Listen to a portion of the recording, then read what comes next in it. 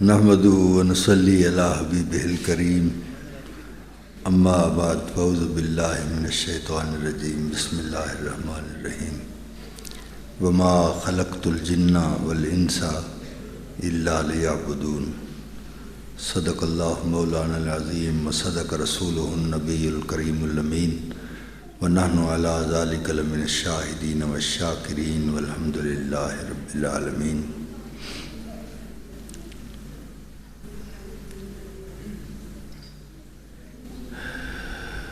حمد محمود کہ در جملہ صور شد بانوار محمد جلوہ گر،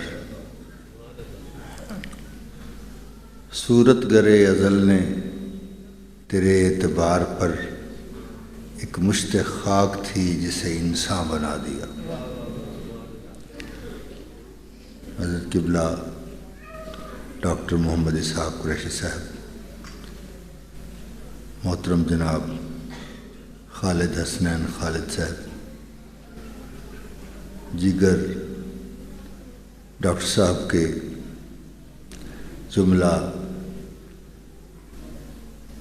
فرزندان، ان کے خاندان سے تعلق رکھنے والے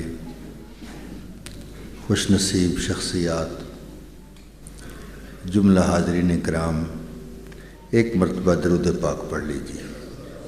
صلاۃ والسلام علیکم یا رسول اللہ، صلاۃ والسلام علیکم یا حبیب اللہ، صلاۃ والسلام علیکم۔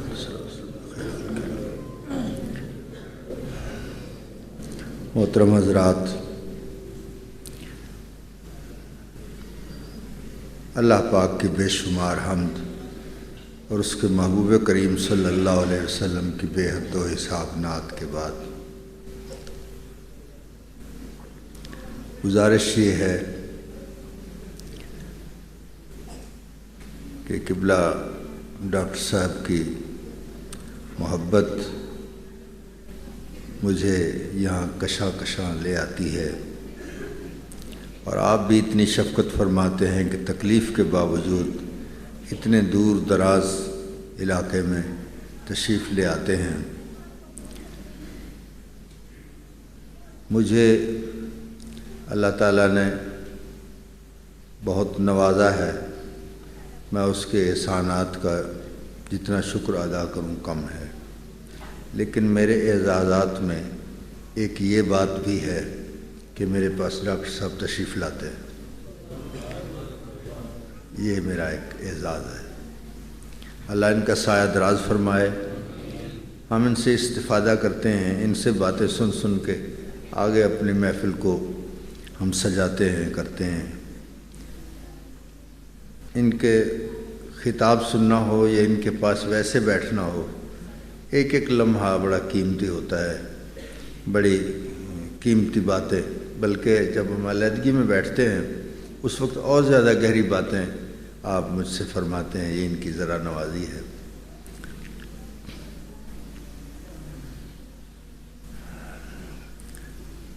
میں تعمیل حکم کرتے ہوئے چند باتیں آپ کی خدمت میں عرض کرتا ہوں۔ ایک آیہ مبارکہ میں نے تلاوت کی ہے، اس میں رب کائنات نے ارشاد فرمایا، وما خلقت الجن والانس الا لیعبدون۔ فرمایا میں نے جنوں کو اور انسانوں کو اپنی عبادت کے لیے ہی پیدا کیا ہے۔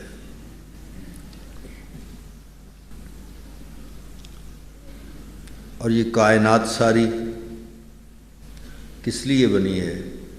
ساری دنیا، علامہ نے فرمایا، نہ تو زمین کے لیے ہے نہ آسماں کے لیے، جہاں ہے تیرے لیے تو نہیں جہاں کے لیے۔ خلاصہ اس کا یہی ہے کہ یہ ساری کائنات کس کے لیے بنی ہے؟ انسان کے لیے، اور انسان کس لیے بنا ہے؟ عبادت کے لیے۔ اب جب ہم اس عبادت پہ غور کرتے ہیں تو 24 گھنٹے میں جو فرائض ہیں وہ کیا ہے؟ فجر، ظہر، عصر، مغرب، عشاء، 24 گھنٹے میں یہ 5 نمازیں ہیں، اور ان کی رکعات کو آپ شمار کریں تو فجر کی 2، ظہر کی 4، 4 اور 2 6، عصر کی 4، 6 اور 4 10، مغرب کی 3 10 اور 3 13، عشاء کی 4 13 اور 4 17، 17 رکعت کل فرض ہیں 24 گھنٹوں میں۔ تو انسان بنایا گیا ہے عبادت کے لیے، جس کے فرائض کی رکعات کو آپ شمار کریں تو 17 رکعات بنتی ہیں۔ تو اب آپ دیکھیں پوری کائنات، پورا جہان جو بنا ہے انسان کے لیے، اور انسان بنا عبادت کے لیے، اور عبادت کو ہم نے جب غور کیا تو وہ 17 رکعات بنتی ہیں۔ تو اگر حد اوسط گرا دی جائے تو نتیجہ یہ نکلے گا کہ یہ ساری کائنات اللہ نے 17 رکعات کے لیے بنائی ہے۔ تو صوفیہ فرماتے ہیں یہ بات سمجھ میں نہیں آتی کہ اتنا بڑا جہان وہ 17 رکعات کے لیے اللہ نے بنایا ہو۔ طاعت کے لیے کچھ کم نہ تھے کروبیاں، فرشتے کو عبادت کے لیے کم تو نہیں تھے کہ یہ 17 رکعات کے لیے پورا جہان بنا ہے۔ تو اس کو سمجھنے کے لیے صوفیہ اکرام کے سرخیل حضور سیدنا غوث اعظم رضی اللہ تعالیٰ عنہ کے شیخ حضرت شیخ ابو سعید رحمۃ اللہ علیہ، آپ نے اس کا ترجمہ فرمایا۔ آپ فرماتے ہیں یہاں جو ذکر ہے کہ میں نے جنوں کو اور انسانوں کو عبادت کے لیے پیدا کیا ہے، وما خلقت الجن والانس الا لیعبدون، وہ فرماتے ہیں لیعبدون کا معنی کیا ہے؟ وہ فرماتے ہیں اے لیعرفون، تاکہ وہ پہچانیں۔ تو اصل مقصد صوفیہ کے نزدیک یہ ہے کہ اصل عبادت کیا ہے، اس کی پہچان کرنا۔ اصل عبادت یہ ہے، صرف رکعت پڑھنا فرض ہے، اس کا انکار نہیں کیا جا سکتا، لیکن اصل عبادت کیا ہے؟ اس ذات کو پہچاننا، یہ ہے اصل کام، یہ ہے اصل عبادت۔ اب پہچاننے کے لیے جب ہم غور کریں کہ اس نے ہمیں پہچان کے لیے پیدا کیا ہے اور ہم اس کو پہچاننا چاہتے ہیں، کیونکہ جس مقصد کے لیے ہم بنائے گئے ہیں اس مقصد کو ہم پورا کرنا چاہتے ہیں، اس کو پہچانتے ہیں، تو پہچاننے کے لیے ایک بات ضروری ہے۔ آج مجھے وہی پہچانے گا جس نے کل مجھے دیکھا ہو۔ اگر پہلے دیکھا نہیں تو آج پہچانے گا کیسے؟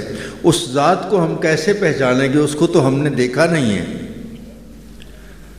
تو پھر حضور سرور عالم صلی اللہ علیہ وسلم نے ارشاد فرمایا من رآنی فقد رأى الحق، جس نے مجھے دیکھا اس نے حق کو دیکھا۔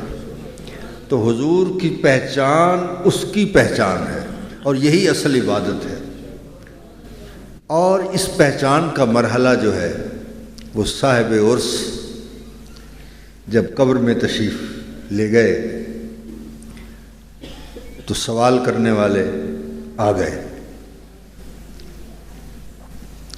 میرا ایک شعر ہے کہ مجھ سے کیا پوچھیں گے، چپ چاپ گزر جائیں گے۔ مجھ سے کیا پوچھیں گے، چپ چاپ گزر جائیں گے۔ کیوں؟ پاسداری تیری نسبت کی نکیرین میں ہے، کوئی ہم پایا نہ ثانی تیرا کونین میں ہے، تجھ سا بے سایہ نظر آیا نہ دارین میں ہے۔ اور مجھ سے کیا پوچھیں گے، چپ چاپ گزر جائیں گے، پاسداری تیری نسبت کی نکیرین میں ہے۔ تو بات ختم ہوگی پہچان کی۔ سوال کریں گے من ربوں کا، ما دینوں کا، من نبیوں کا، یہ علم کے سوال ہے کہ اس کو علم ہے یا نہیں میرا رب کون ہے، اس کو علم ہے یا نہیں میرا دین کیا ہے، اس کو علم ہے یا نہیں میرا نبی کون ہے۔ یہ علم کے پرچے ہیں۔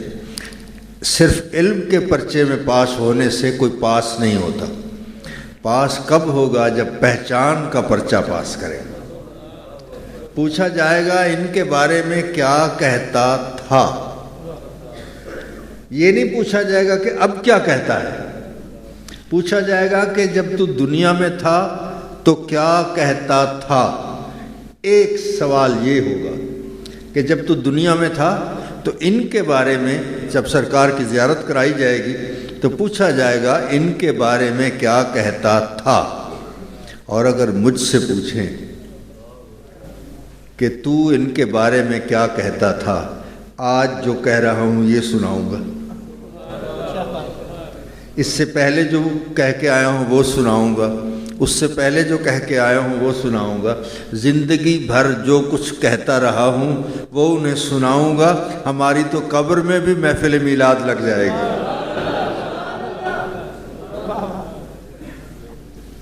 سب سنائیں گے، سوال کا جواب جب تک مکمل نہیں ہوگا تو انہیں کون جانے دے گا؟ تو جب وہ پہچان لے گا تو اسے کہا جائے گا نم کا نومت العروس، ایسے سو جا جیسے دلہن سوتی ہے۔ تو صاحب عرس بھی وہ پہچان والی شخصیت تھے اور وہ اپنی قبر میں عروس بن کر سوئے ہوئے ہیں۔ ایک واقعہ عرض کر کے اجازت چاہتا ہوں۔ عارف رومی لکھتے ہیں سلطان محمود غزنوی رات کے اندھیرے میں شہر کی گلیوں میں پھر رہا ہے۔ کیوں؟ بادشاہ وقت کیوں پھر رہا ہے گلیوں میں؟ کوئی بیمار نہ ہو، کوئی بھوکا نہ ہو، کہیں چور نہ کوئی ڈاکہ چوری کر رہے ہوں، کوئی ڈاکو ڈاکہ نہ ڈال رہے ہوں، کوئی کسی تکلیف میں اذیت میں نہ ہو۔ بادشاہوں کے یہ انداز ہوتے تھے شاہی کے، جو اللہ کو پسند تھے۔ اس اندھیرے میں 3 آدمی مل جاتے ہیں۔ سلطان محمود غزنوی کہتا ہے تم کون ہو؟ انہوں نے کہا ہم چور۔ اور چوروں نے پوچھ لیا بادشاہ سے تم کون ہو؟ تو بادشاہ نے کہا میں بھی تمہاری مثل چور ہوں، میں بھی تمہاری مثل چور پک کر گئے جی میں اساں چور سے یہ بھی چور ہے۔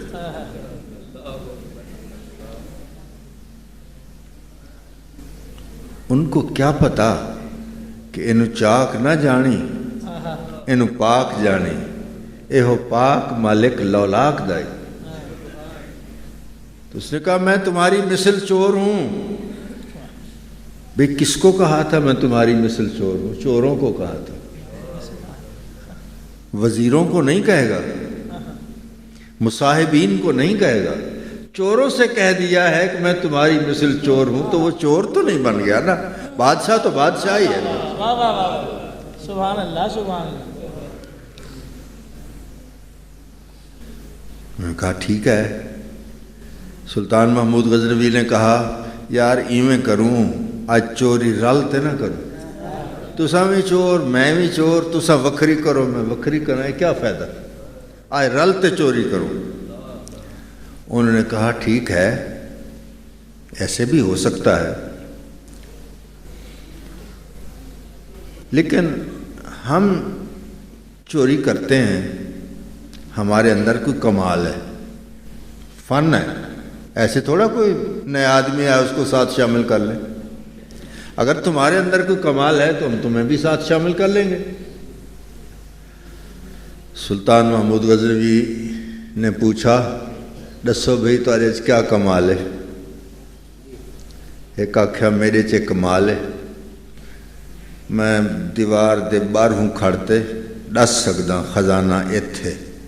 سمجھ آ رہی میری بات؟ سند ایتھ مارو، سند نقب یہاں لگائیں۔ ٹھیک ہے یہ بھی بڑے کمال کی بات ہے، کوئی دیوار کے باہر کھڑے ہو کے بتا دے کہ اس جگہ پہ خزانہ ہے، یہاں نقب لگائیں۔ دوسرے کو نہ پوچھو نے تیرے چ کیا کمال ہے؟ اس نے کہا میرے اندر یہ کمال ہے کہ کتا جب بھونکتا ہے تو میں اس کی بولی سمجھ جاتا ہوں کتا کیا کہہ رہا ہے۔ انہوں نے کہا یہ بھی بڑی کمال کی بات ہے۔ تیسرے سے پوچھا بھئی دس تیرے چ کیا کمال ہے؟ وہاں کہ میرے چ کمال ہے جن کو اندھارے وچ جن کو دیکھا نا اندھیرے میں صبح اس کو پہچان لیتا ہوں۔ ٹھیک ہے بھی. انہوں نے پوچھا جی سائیں ہوں توں دس تیرے سے کیا کمال ہے؟ اس نے کہا ہاں میرے اندر بھی ایک کمال ہے. بتاؤ کیا کمال ہے؟ اس نے کہا میرے اندر یہ کمال ہے جیرے ویلے تساں بدھیج پوسو نا پکڑے جاؤ گے گرفتار ہو جاؤ گے میں داڑھی ہلاؤں گا تم رہا ہو جاؤ گے. اچھا چوریں والی چور سمجھا چوریں والی چور سمجھا.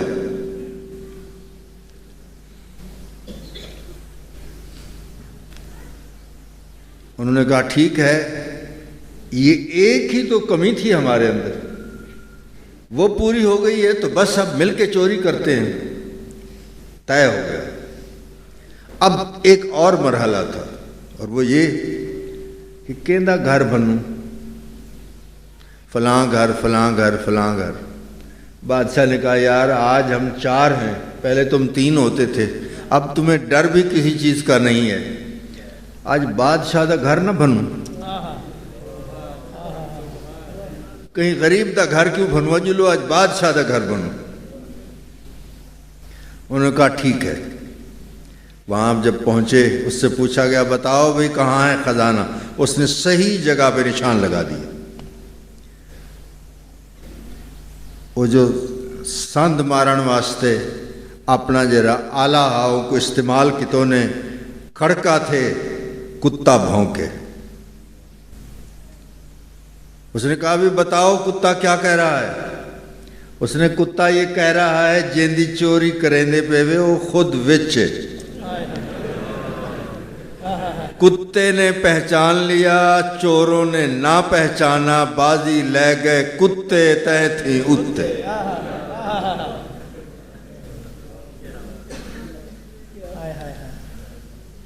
انہوں نے کہا نہیں یہ غلط کہہ رہا ہے یہ کیسے ہو سکتا ہے بادشاہ کی چوری کر رہے ہیں اور وہ اس میں وہ یہ کیسے ممکن ہے غلط کہہ رہے ہو. تو ٹھیک ہے چوری کتوں نے مڈی چتوں نے گانڈ بدھوں نے سر تے رکھوں نے. ٹرن لگے تے سلطان محمود غزنوی پکڑ گیا. وہ آکے یار میں ہی تہاڈے نال محنت کیتی ہے آپ سارا سامان اٹھا کے لے جا رہے ہیں میرا حصہ. انہوں نے کہا بھائی اس وقت حصے کا وقت نہیں ہے اب جا کے سوئیں گے آرام کریں گے مزے سے کل دوپہر کے بعد آپ آئیں پھر اس کے حصے کریں گے تقسیم کریں گے جو آپ کا حصہ ہوگا آپ کو دے دیں گے. وہ آکھے تو گال ٹھیک ہے میں تو گولاں کتھاں لباں کتھاں تکوں اتا پتہ تو دیو. انہوں نے اپنا سارا ایڈریس دے دیا. جب صبح ہوئی سلطان محمود غزنوی جب اپنے کرسی عدالت پہ بیٹھتے ہیں سپاہیوں کو اس پتے پہ بھیجتے ہیں اور تینوں کو پکڑوا لیتے ہیں. تریے آئے کھڑن سامنے. سلطان محمود غزنوی نے کہا رات چوری کیتی ہے نے کہ جی ہاں کیتی. اس نے کہا تم کتنے آدمی تھے؟ اس نے کہا جی ہم 4 آدمی تھے. انہوں نے کہا ہون تو تساں 3 وے تو چوتھا کتھا ہے؟ وہ جو ایک آدمی جس نے کہا تھا نا میں جس کو اندھیرے میں دیکھوں اس کو صبح پہچان لیتا ہوں. اس نے کہا اگر جان کی امان ہو تو میں بتاؤں وہ چوتھا کہاں ہے؟ اس نے کہا بتاؤ. اس نے کہا اوہو یار کلوکڑی رات والا اج ویس وٹا کے وط آئے.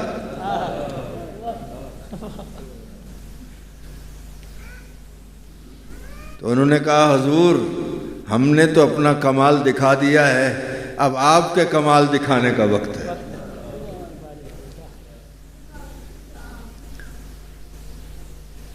آپ نے بھی وعدہ کیا تھا. سلطان محمود نے داڑھی ہلائی وہ تینوں رہا ہو گئے. تو حضرات محترم ایک بات تو میں یہ کہنا چاہ رہا تھا کہ گال مک دیے سنجانتے. اگر وہ نہ پہچانتے تو رہا نہ ہوتے. قبر میں وہی رہا ہوں گے جیرے یار کو سنجان گھن سے وہی رہا ہوں گے. اور اگر پہچان لیں گے تو پھر بات اتنی ہے، حضور سرور عالم صلی اللہ علیہ وسلم کا لقب ہے امی۔ امی کا معنی ان پڑھ، ان پڑھ اس معنی میں نہیں کہ سرکار کچھ نہیں جانتے تھے، ان پڑھ کا مطلب ہے سرکار کسی کے پاس پڑھے نہیں، کوئی حضور کا استاد نہیں ہے۔ یہ جو علماء سے ہم ترجمہ سنتے ہیں، ایک صوفیہ نے بھی اس کا ترجمہ کیا ہے۔ وہ کیا ہے؟ وہ فرماتے ہیں کہ امی مرکب ہے۔ کیا کا معنی ہوتا ہے ماں، اور یہ کا معنی میری۔ ماں کا کیا کام ہوتا ہے؟ صبح بچے کو تیار کر کے مسجد بھیج دیتی ہے، مدرسے بھیج دیتی ہے، اسکول بھیج دیتی ہے، اور بچہ کھیل کود کے واپس آ جاتا ہے، پڑھنے کے لیے نہیں جاتا۔ ایک دن، دوسرے دن، تیسرے دن شکایت آ جاتی ہے بچہ پڑھنے نہیں آ رہا۔ باپ کو جب پتہ لگتا ہے تو اسے بڑا غصہ آتا ہے، وہ آوے صحیح مہندہ چم لہا اگن سا، 3 دن سے یہ سکول نہیں جا رہا، غصہ۔ اب ماں کی کیا کیفیت ہوتی ہے؟ اس کی نگاہ دروازے پہ لگی ہوتی ہے، بچہ پتہ نہیں اس دروازے سے آتا ہے کہ اس دروازے سے آتا ہے، کولیاں گلین میرے پتر دیاں مطلب مارے چا پیو، مطلب کھلا مارے، مطلب سوٹی مارے، مطلب تھپڑ مارے۔ اس کا ذہن اس کی طرف لگا ہوا ہوتا ہے۔ جو ہی بچہ اندر داخل ہوتا ہے اور باپ کو تو کاوڑ لگی کھڑی ہے، وہ آج میں کو کٹے ساں دا چم لہے ساں، وہ اگر ادھر سے مارنے کی کوشش کرتا ہے تو ماں ادھر چھپا لیتی ہے، اور اگر ادھر سے مارنے کی کوشش کرتا ہے تو ادھر چھپا لیتی ہے، مارنے نہیں دیتی۔ ایسے ہی قیامت کے دن جب ہمارا سیاہ نامہ اعمال خدا کے حضور پیش ہوگا اور اللہ تعالیٰ کو ہمارے اعمال کی وجہ سے ہمارے اوپر جلال آئے گا، تو اس دوزخ کے فرشتے جب ہمیں لے جانے لگیں گے تو اس وقت سرکار دو عالم صلی اللہ علیہ وسلم ہم گناہگاروں کو اپنے دامن رحمت میں ایسے چھپائیں گے جیسے ماں اپنے بچے کو چھپاتی ہے۔ اور جو مجھ جیسا گناہگار بہت سارے گناہ کر کے سرکار کے دامن رحمت میں چھپ جائے تو پھر ڈھونڈا ہی کریں صدر قیامت کے سپاہی، وہ کس کو ملے جو تیرے دامن میں چھپا ہو۔ لیکن بات پہچان پہ ختم ہوتی ہے۔ اللہ تعالیٰ پہچان کی توفیق عطا فرمائے۔ میرے دوستو، بات کو میں بھی ذرا بڑھا رہا ہوں کہ حج جو ہے، حج اس کے ارکان ہیں بہت سارے۔ اگر آپ سارے ارکان پورے کرتے ہیں، احرام سے لے کر باقی تمام ارکان کرتے ہیں، اور اگر 9 ذی الحج کو آپ میدان عرفات میں نہیں جاتے، حج نہیں ہوگا۔ اور اگر اور کوئی رکن آپ ادا نہ کریں، 9 ذی الحج کو میدان عرفات میں ایک لمحے کے لیے پاؤں رکھ کے واپس آ جائیں تو وہ حج اگرچہ نامکمل ہوگا لیکن ادا ہو جائے گا۔ ایک پلڑے میں تمام ارکان ہیں، دوسرے پلڑے میں ایک قدم رکھنا ہے 9 ذی الحج کو میدان عرفات میں۔ وجہ کیا ہے؟ وجہ ہے اس کا نام، اس کا نام ہے عرفات۔ اور عرفات کیوں رکھا گیا؟ وہ وچھڑے ہوئے اب اماں اتھیں آتے ملے ہن ایک روجے کو سنجان کی دھان ہے۔ تو حج تو پہچان کا نام ہے۔ حج ہے ہی ہوندا جرا یار کو سنجان گنے، جائیں یار کو نہیں سنجانے ہوندا کیا حج ہے۔ اللہ تعالیٰ پہچان عطا فرمائے، اولیاء کرام کی پہچان عطا فرمائے، سرکار دو عالم صلی اللہ علیہ وسلم کی پہچان عطا فرمائے، ان کا عشق اور ان کی محبت نصیب فرمائے۔ میری دعا ہے قبلہ ڈاکٹر صاحب کا سایہ اللہ تعالیٰ دراز فرمائے، ان کو صحت و عافیت کے ساتھ رکھے۔ ان کے اور تو بہت کارنامے ہیں، لیکن یہ جو آپ کا ماحول بنایا ہوا ہے یہ بھی ان کا بہت بڑا کارنامہ ہے۔ ورنہ آج کل تو ماحول ہمارے جیسے لوگوں کی تقریر کوئی نہیں سنتا، لچھے دار تقریریں سنتے ہیں، اور نعتیں بھی وہ جس طرح کی ہو رہی ہوتی ہیں، اس طرح کے جو ہیں خوبصورت پڑھنے والے لوگ، اس طرح کی نعتیں کم سنی جاتی ہیں۔ آج انداز سارا مختلف ہو گیا ہے۔ بہرحال ان کی یہ کرم نوازی ہے کہ یہ ماحول بنا ہوا ہے۔ آخر تک میں پہلے بھی دیکھتا رہتا ہوں کہ آپ لوگ اسی طرح بیٹھے رہتے ہیں جیسے پہلے بیٹھے ہوئے ہوتے ہیں۔ یہ ان کی خاص توجہ کا نتیجہ ہے۔ اللہ تعالیٰ نے انہیں بہت بڑے اعزاز سے نوازا ہوا ہے۔ اللہ تعالیٰ ان کو ان کے تمام خاندان کو صحت سلامتی اور عافیت کے ساتھ رکھے۔ وآخر دعوانا الحمدللہ رب العالمین۔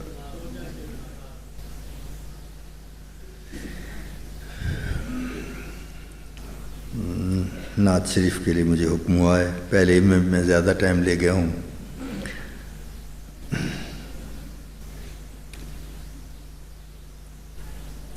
نعت شریف عرض کرتا ہوں۔ سرکار کی بارگاہ میں عرض، التجا، درخواست، اپنے جلووں سے میرے گھر کو سجاتے جاتے، اپنے جلووں سے میرے گھر کو سجاتے جاتے، حسرتیں کاش میرے دل کی مٹاتے جاتے، اور میں نہ مر جاؤں کہیں ہجر کے صحراؤں میں نہ مر جاؤں کہیں ہجر کے صحراؤں میں، عمر گزرے در سرکار پہ آتے جاتے۔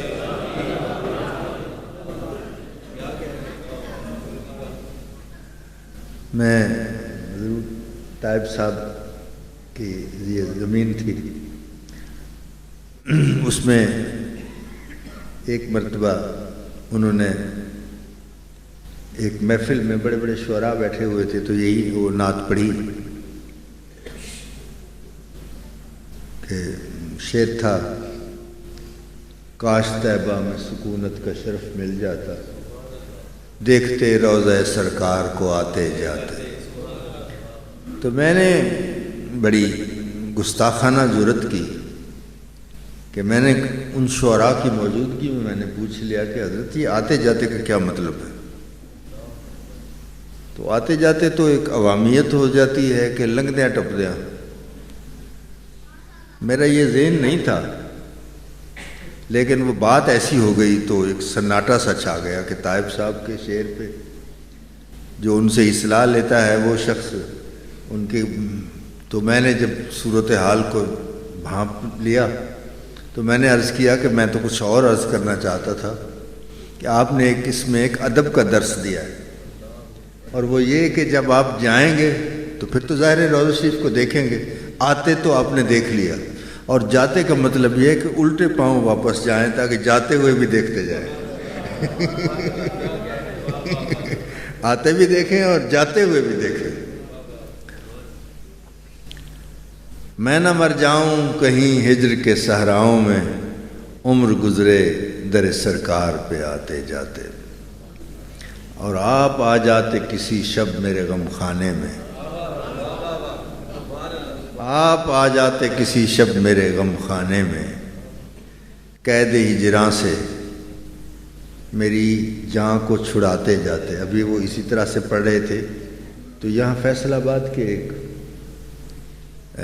میرے دوست تھے، وہ مجھے ملنے آئے تھے، واپسی پہ ٹرین پہ سوار ہوتے ہوئے گر گئے اور ان کی وہاں ڈیتھ ہو گئی، بڑے میرے مہربان تھے۔ ان سے میں نے مشورہ کیا اور پھر اس میں ایک تبدیلی کی اس کو پڑھنے میں۔ ایک تو یہ انداز ہے قید ہجراں سے میری جان کو چھڑاتے جاتے، اور ایک یہ ہے کہ قید ہجراں سے میری جان چھڑاتے جاتے۔ تو وہ بڑا انہوں نے مزہ لیا میری اس بات کا۔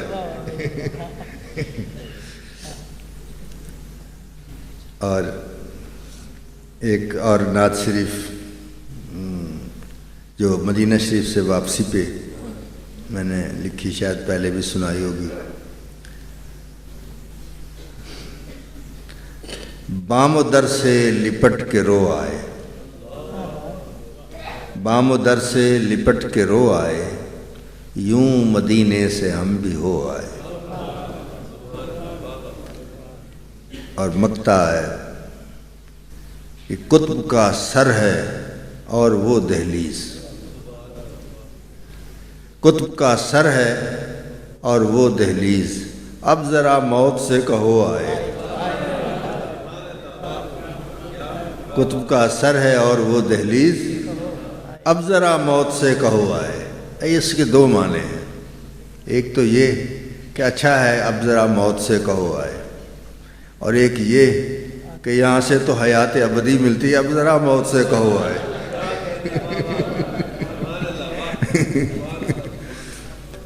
تو حضرات میں بہت شکر گزار ہوں، آپ نے توجہ سے میری باتوں کو بھی سنا اور میرے کلام کو بھی سنا۔ میرے لیے یہ اعزاز ہے کہ ان کی موجودگی میں عرض کرنے کی سعادت حاصل کر رہا ہوں۔ وآخر دعوانا الحمدللہ۔